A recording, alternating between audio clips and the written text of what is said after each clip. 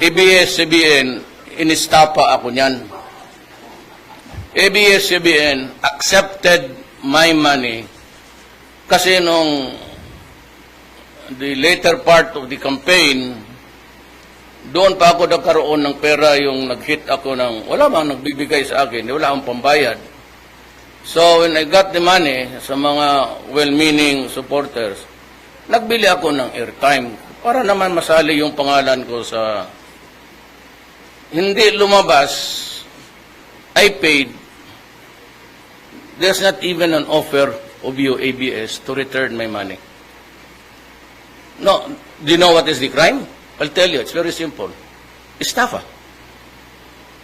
Tinanggap ko yung pera ko, hindi ninyo in-air. It's estafa.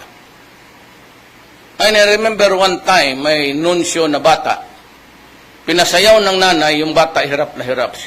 He was perspiring and was about to cry or crying.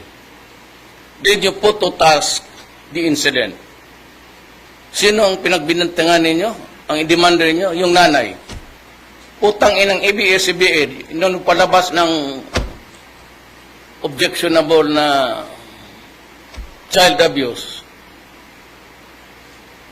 nonchalant, maliwala. Like Inquirer. Yung anak niyang si Bricio. Hingi ng kopya. He was receiving more than the president of the salary of everybody, DAP or UP. 2 million 8. Anak ito, ang asawa to, anak ni Prieto. Wala akong narinig sa Inquirer na hindi maganda yung nangyari. Tapos yung taxes ninyo,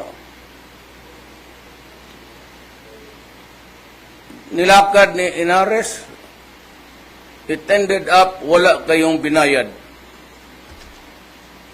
Tapos sabi niya, saan ang pera ng Pilipino? Bakit to? Nagpapataya na ang mga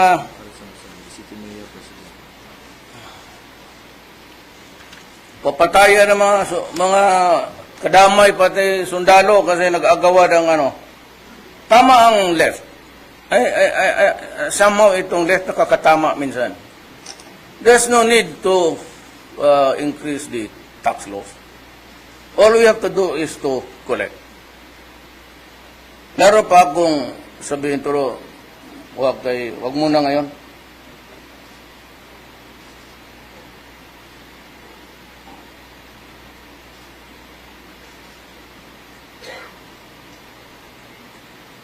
Ang salary ko as president, 130,000 lang ako. Hindi ako nagpipirma ng, wala akong pinirman allowance of nothing. Yun lang. Ito sa kanila, basic salary.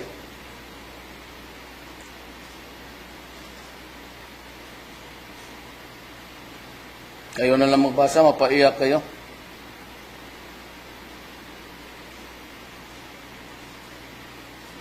$2.4 million in compensation.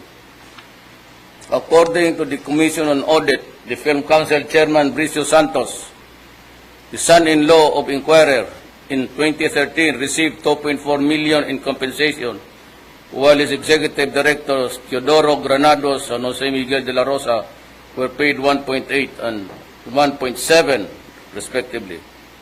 The three film officers enjoy higher salary grades than the leading educators like the President of the University of the Philippines, Alfredo Pascual, and also the President of Development Academy of the Philippines, Antonio Calao.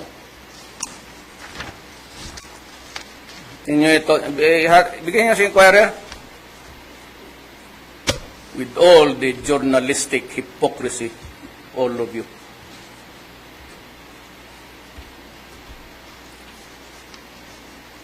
Sino ang taga-Inquirer dito?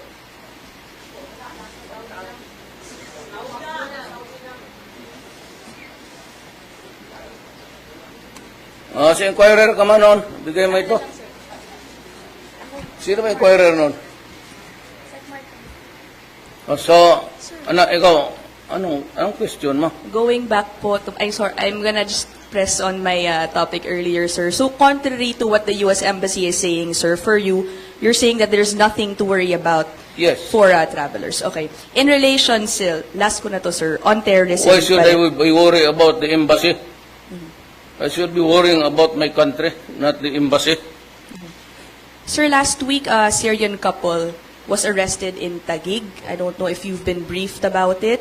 Okay. The female person arrested, former ex-husband po niya is reportedly an ISIS leader. I don't know if you've been briefed about it, but have we already extracted maybe information from them on how maybe ISIS or any terror group is operating in the country? I don't know what you mean by extracted. Ang alam kong gin-extract ang tooth. May nakuha na ba kami tayo siguro information sa kanila kung merong totoo talaga o hindi? Well, if kung may mga abogadong napunta doon, I'm sure until now, they're still trying to figure out how to investigate. Especially kung magsabi sila that I need a lawyer, and they will not talk. So we'll just have to respect that. Just like any other Filipino citizen in this country, be or she in Maranao, Maguindanao, or Tausog, they enjoy the same rights. Very last, this is a follow-up to your pronouncement earlier dun sa Occupy po ng Pag-asa. Sir, can you clarify a bit on what you really mean by Occupy the islands? Because as it is, sir, the AFP is already occupying those islands. Not What yet, exactly not do you fully. want? What do you want to happen in those islands? Structure and flag. The flag means it is already occupied. For all you know, just fishers walk there, nagpa-parking. That's why I'm not pronouncing the ownership of the islands. The Philippine rigs, that is ours. So it cannot be open to any further exploration. We'll just have to get permission from us. Thank you, sir. Yes. Samonte, Yung isa, oh. and then Carol. Padaplin-daplin na saan? Ay, ayan ang inquirer. Ibigay mo. Okay, kuya, inquirer yan si Carol. Una ka. Tignan natin kung madipensahan mo yan. I am not connected with the inquiry, Yes, I know. Mr. President, but the Constitution also guarantees freedom of the press. Anyway, may I ask my question now? Okay, MNLF founding chair, Nur Miswari's 6-month provisional liberty is supposed to end by April 27, but his implementing panel has not met with the government panel formally. May I know what you and Chair Miswari talked about in your March 27 meeting, and are you going to call for a meeting of all the leaders of the Moro Revolutionary Fronts? Yes. So that there will be only one That is what we Moro draft law to be certified. That is what we want. Miswari has talked to me, and he asked me to give him time to craft an agreement within the MN, pareho rin sa MI, so they can firm up their minimum various demands within the infrastructure of federalism. Yes. So, wala ko. I know that he's supposed to be in prison, but, at some point in time, Carol, we cannot be forever quarreling with our enemies. These things are all almost 50 years ago. The Communist Front, the MI, MN. Yes, sir. So, ang sinasabi ko sa mag-usap tayo, it's in 50 years. Or we prepare for another 50 years of fighting. Ako, I get sick in the stomach just thinking of it, really. Feels me giddy. Gusto ko magipag-usap para to everybody's satisfaction. So are you going to meet with all the Moro Yes. revolutionary leaders? When will this The be? ideal is that mayroon sing miswari dito, mayroon ang MI, sila Murad. Then we meet government panel and we come up with one One law, one draft law. consensus. So you will certify as urgent only Yes, one yes. draft Bangsamoro law. You are correct there. Yes. So together na sila MN and the Yes. BPC. I want the wars between the Filipinos ended. Okay. And besides, Carol, I cannot wage a war against my own people. On terrorism. Why should I be worried about the embassy? I should be worrying about my country, not the embassy. Sir, last week, a Syrian couple was arrested in Taguig. I don't know if you've been briefed about it. Okay. The female person arrested, former ex-husband po niya is reportedly an ISIS leader. I don't know if you've been briefed about it, but have we already extracted maybe information from them on how maybe ISIS or any terror group is operating in the country? I don't know what you mean by extracted. Ang alam kong gin-extract ang tooth. May nakuha na ba kami tayo sigurong information sa kanila kung merong totoo talaga o hindi? Well, if kung may mga abogadong napunta doon, I'm sure until now, they're still trying to figure out how to investigate. Especially kung magsabi sila that I need a lawyer, and they will not talk. So we'll just have to respect that. Just like any other Filipino citizen in this country, be or she in Maranao, Maguindanao, or Tausog, they enjoy the same rights. Very last, this is a follow-up to your pronouncement earlier dun sa Occupy po ng Pag-asa. Sir, can you clarify a bit on what you really mean by Occupy the islands? Because as it is, sir, the AFP is already occupying those islands. Not What yet, exactly not do you fully. want? What do you want to happen in those islands? Structure and flag. The flag means it is already occupied. Everybody, DAP or UP. 2 million 8 anak ito ang asawa to anak ni Prieto. Ni wala akong narinig sa Inquirer na hindi maganda yung nangyari. Tapos yung taxes ninyo nilakad ni Inares. It ended up, wala kayong binayad. Tapos sabihin, saan ang pera ng Pilipino? Bakit to? Nagpapataya na ang mga...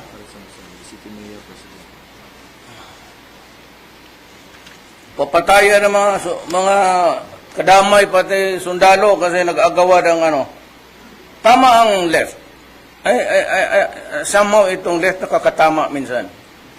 There's no need to increase the tax laws. All we have to do is to collect. Meron pa akong sabihin, pero wag muna ngayon.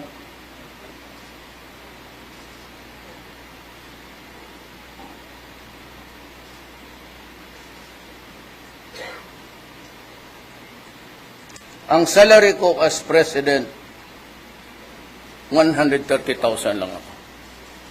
Hindi ako nagpipirma wala akong pinirman allowance of nothing. Yun lang. Ito sa kanila, basic salary.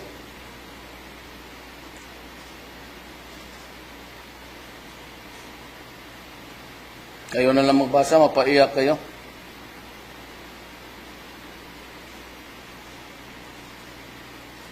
$2.4 million in compensation.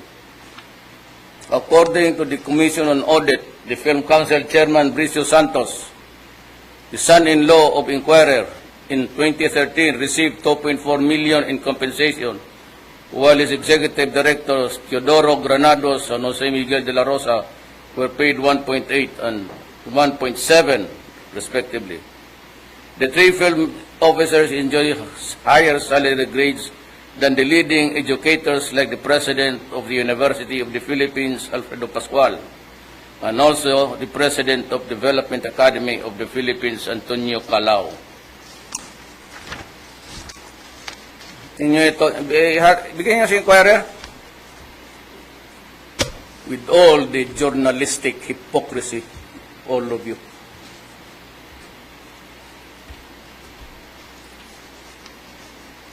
Sino ang taga-inquirer dito?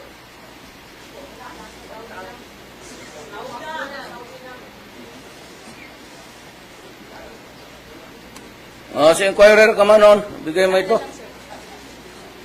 Sino ba inquirer noon?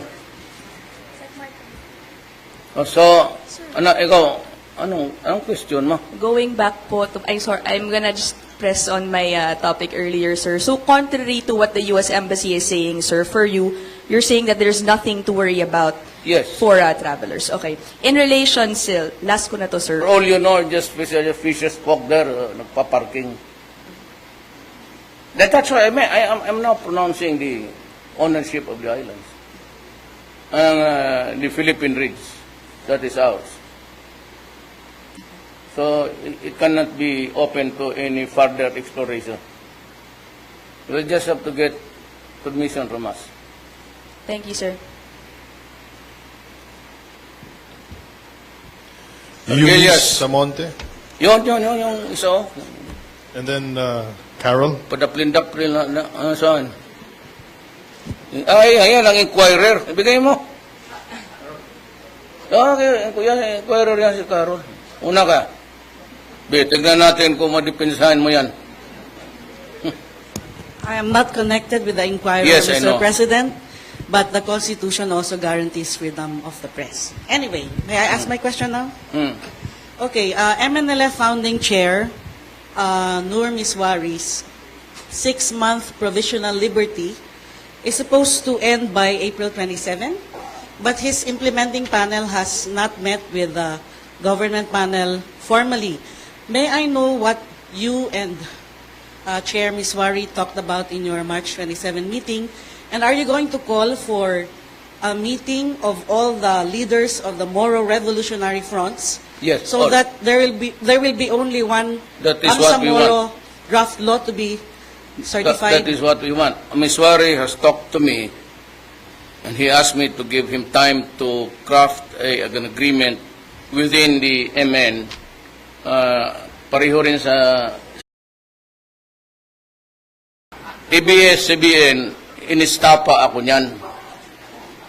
ABS-CBN accepted my money kasi nung the later part of the campaign, doon pa ako nagkaroon ng pera, yung nag-hit ako ng, wala bang nagbibigay sa akin, wala akong pambayad. So when I got the money sa mga well-meaning supporters, nagbili ako ng airtime para naman masali yung pangalan ko sa hindi lumabas. I paid. There's not even an offer of you, ABS, to return my money. No, do you know what is the crime? I'll tell you, it's very simple. Estafa. Tinanggap ko yung pera ko, hindi ninyo in-air. It's estafa. And I remember one time, may nunsyo na bata, pinasayaw ng nanay, yung bata hirap na hirap. He was perspiring and was about to cry or crying. Did you put to task the incident? Sino ang pinagbinantangan ninyo? Ang i-demand ninyo? Yung nanay. Putang inang ABS-CBN, nung palabas ng objectionable na child abuse, nonchalant, maliwala. Like inquirer. Yung anak niyang si Bricio. Hingi ng kopya. He was receiving more than the president of the salary of every